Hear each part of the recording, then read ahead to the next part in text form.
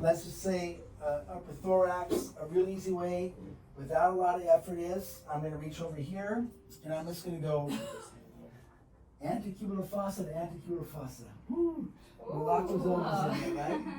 And usually I have a little sticky bomb, but I'm just gonna drop my butt straight away. If she doesn't come over, that's great. I'm not gonna grab on, but I'm just gonna come here. She's probably gonna come. Okay? I might kick this hand up in the beginning. So here I am, and now I could stretch. I can come over here, work.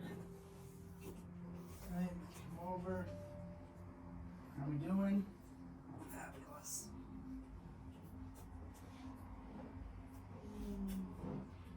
That looks good. Right. It is. Here. When I set her back, I keep tension the whole way. I don't let the arm flop, right? So I'm going to come back in here.